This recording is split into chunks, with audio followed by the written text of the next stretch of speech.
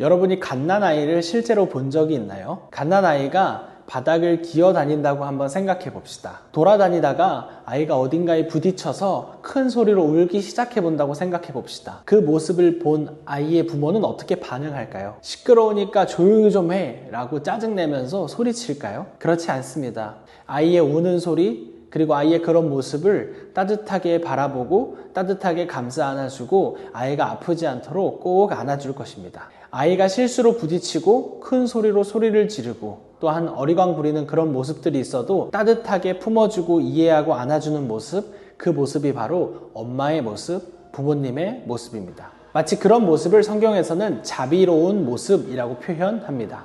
마찬가지로 하나님은 자비로운 마음으로 우리 한 사람 한 사람을 대하고 계십니다. 우리가 잘못했을 때에도 너는 사랑받을 자격이 없어 라고 우리를 당장 내쫓으시는 것이 아니라 우리가 다시금 하나님께서 보시기에 기쁜 행동을 하도록 기다려주시고 바른 길을 잡아주시는 자비로우신 하나님이십니다. 오늘 말씀을 통해서 자비로우신 하나님에 대해서 살펴봅시다. 첫 번째, 하나님은 자비로우신 분입니다. 우리가 아까 앞서서 이야기한 것처럼 자비란 엄마가 아이를 바라볼 때 품는 마음과 같은 것입니다. 실수하고 넘어질 때에 즉각적으로 혼내고 내쫓는 것이 아니라 이해하고 품어주고 따뜻하게 바라보는 마음과 행동입니다. 하나님은 우리의 잘못을 보시고 질책하고 그리고 벌하시기도 하지만 그 이전에는 자비로운 마음을 가지고 계십니다. 하나님의 책망, 하나님의 벌은 우리가 바른 길로 돌아오도록 하는 자비로운 마음에서 시작됩니다. 출애굽기 34장 6절에서도 하나님은 자신의 성품에 대해서 이렇게 말씀하고 계십니다. 여호와라 여호와라 자비롭고 은혜롭고 노하기를 더디하고 인자와 진실이 많은 하나님이라. 이 구절은 모세가 하나님께 자신을 보여달라고 요청했을 때 하나님께서 하신 말씀입니다. 하나님은 자신을 소개하실 때 자비로우신 하나님이라고 자신의 성품을 소개합니다. 하나님은 이스라엘 백성들이 죄를 지었을 때에도 이스라엘 백성을 포기하지 않으시고 자비롭게 그들을 대해 주셨습니다. 우리가 기억해야 될 첫 번째는 하나님은 자비로우신 분이라는 사실입니다. 두 번째, 하나님은 화를 더디 내시는 분입니다. 시편 103편 8절 말씀에서는 이렇게 말씀하고 있습니다. 노하기를 더디 하시고.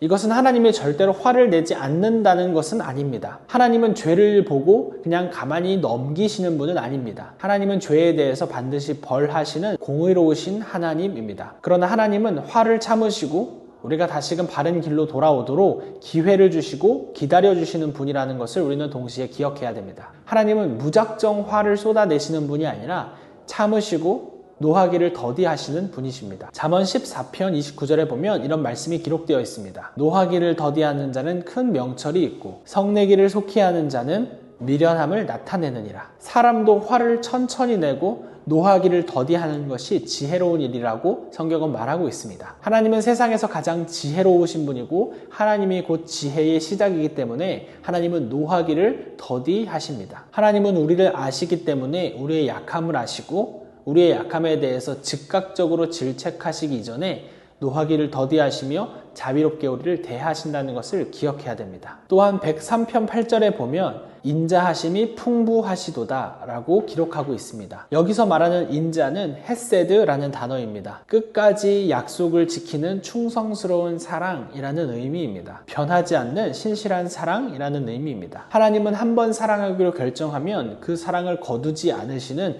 사랑의 하나님이십니다. 오늘은 말씀을 통해서 하나님의 성품, 노하기를 더디하시고 또 사랑하시며 자비로우신 그 하나님의 성품을 살펴보았습니다. 그렇다면 하나님의 자비로우심을 받은 우리는 어떻게 살아야 할까라는 질문이 등장합니다. 내가 하나님의 자비를 받은 사람이라는 것을 기억할 때에 나는 다른 누군가에게 자비를 베풀 수 있습니다. 자비를 베푸는 삶은 선택적인 사항이 아니라 필수적인 사항입니다. 마음이 속상하고 그래서 화가 나고 누군가에게 화를 표현하고 싶을 때 나를 향하여 노하기를 더디하시는 하나님을 먼저 묵상합시다. 때로는 감정이 너무나도 올라올 때에 폭발하고 싶을 때에 노하기를 더디하시는 하나님의 성품을 기억합시다. 나를 오래 참으시고 나를 바라보시고 나를 향해 끝까지 충성스럽게 사랑하시는 하나님의 사랑과 자비를 기억할 때에 우리는 그 하나님의 성품을 닮아갈 수 있을 것입니다. 오늘 우리 하루 속에서 작은 행동 한 가지를 실천해 볼까요? 나의 기준을 넘어서서 나를 불편하게 하는 사람 혹은 행동이 있을 때에